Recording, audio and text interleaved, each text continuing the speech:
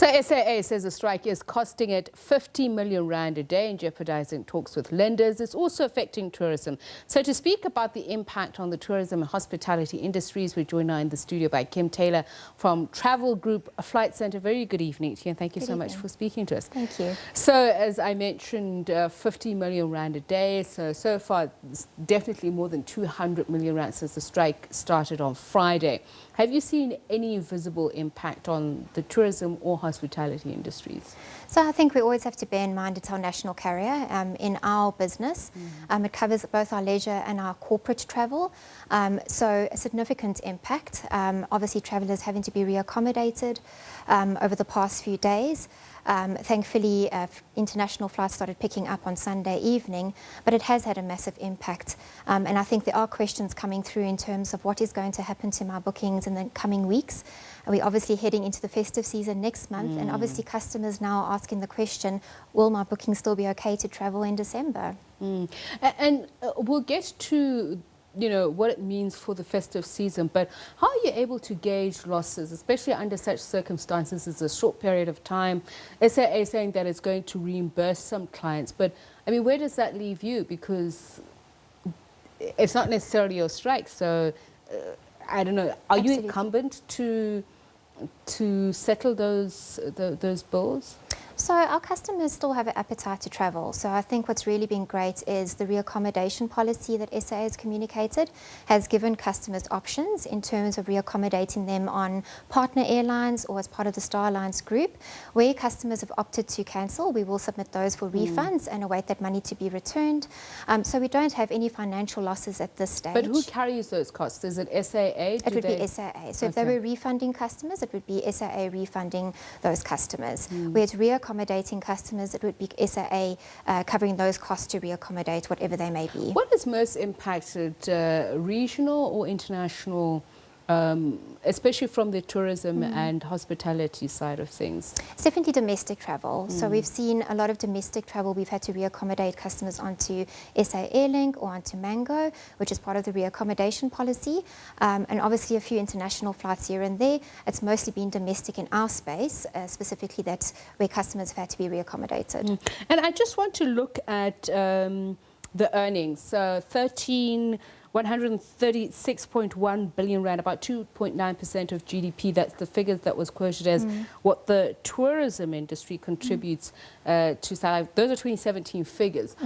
Do those correlate with what you know, perhaps what you've even seen in your business? So in our business, if we look across our entire business, and again that encompasses our leisure and our corporate brands, what we book on SAA annually, if we go by the past financial year, is R1 billion.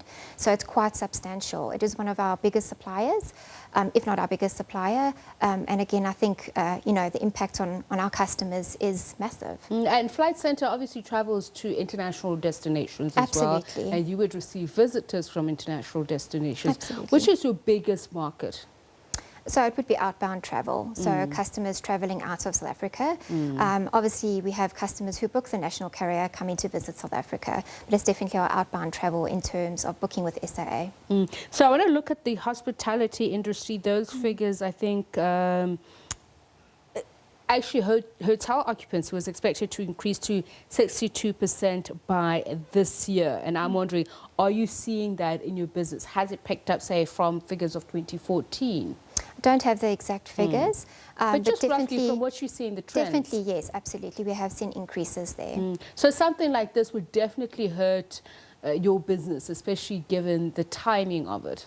Absolutely. I think, as I said, it's November. We're heading into that holiday period.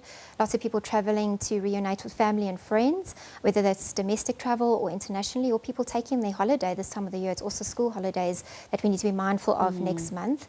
I think the question is packages. So we sell package holidays, and where those packages include SAA flights, what are the options there? So what do you do? I mean, they've been talking about the subsidiary airlines, how they're bringing them on board to be able to alleviate the pressure.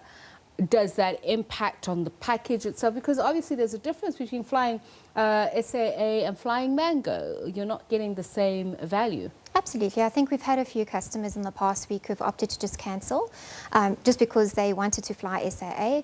That is the minority. The majority of customers just want to travel. So they just want to get They want to get to where they need to be. I think the solutions offered are good. And I think the greatest frustration is that customers don't want their travel plans to change. They still want to travel. They just want the solutions.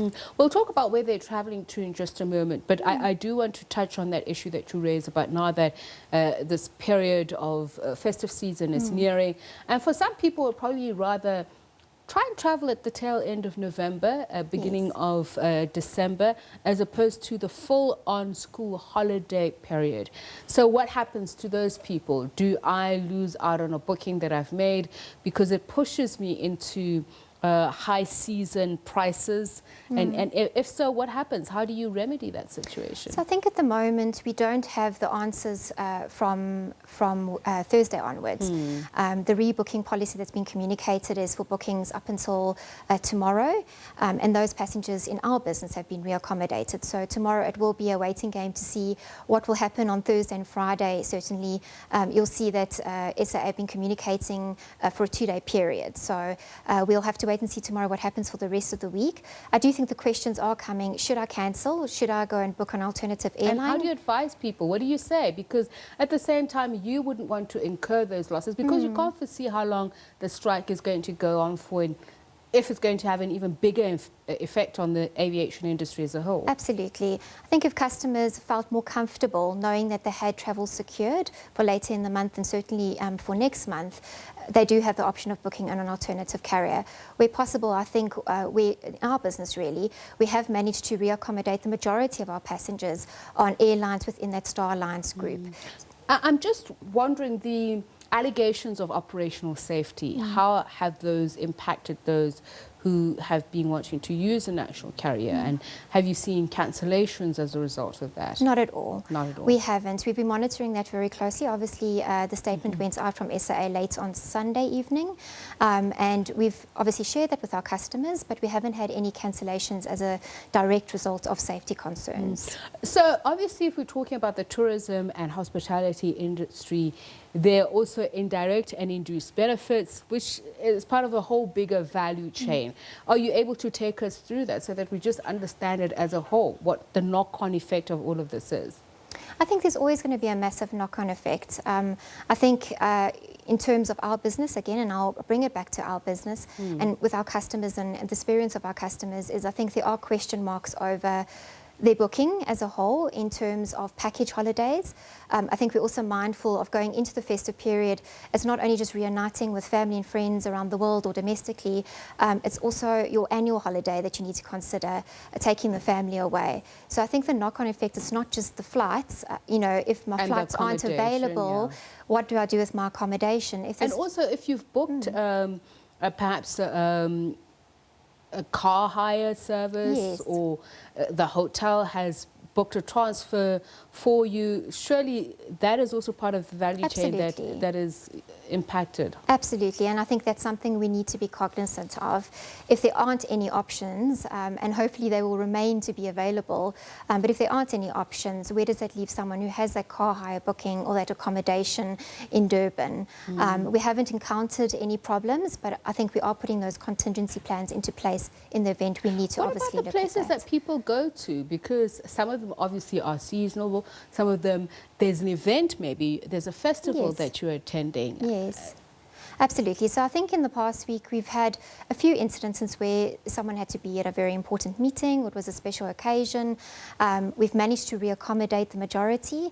I think, you know, looking at our customers and speaking to our customers, there's been 1 or 2 customers that have had to obviously move their plans, or they couldn't get to that meeting. So it is very sad and I understand very frustrating, but the majority of customers, thankfully, we've been able to reaccommodate, even if it means they're getting to their destination a day later. Are you able to share with us which places have suffered the most? I mean, obviously, if we're talking about leisure travel, I'm thinking maybe Cape Town, maybe this time of the year. I'm not sure if the Drakensberg would fall under that, but maybe coastal areas or... So definitely our domestic flights, those domestic flights are still cancelled. Obviously they are trying to reaccommodate onto SAA Link and to Mango. So we've seen the greatest impact there, and then some regional flights. Kruger Park, for instance? I know Not there's a lot of... It was mostly Cape Town. If we look at our bookings that where we've reaccommodated in our business, it's Cape Town and Durban. Okay. So just going forward, what can you do as your business, other businesses within tourism and hospitality to insulate yourself against such occurrences? Because you can't predict them. You can't. And I think, you know, as much as what you try and plan for it, you can't. I think our main focus has always been our customer, and I think as soon as the news broke, we knew from Friday it was making sure that those customers had plans in place to be reaccommodated and that all the solutions were afforded to them. I think every customer in our business knows what's happening. We have communicated that at large. Our consultants have been in touch with their customers to offer the solutions. And I think all a customer or passenger wants in this instance is constant communication and the solutions for them to make a decision on their travel. All right, thank you very much for speaking to us. That there is from Kim Taylor of Flight Centre, just talking to us about the impact of the SAA strike on the tourism and hospitality industry.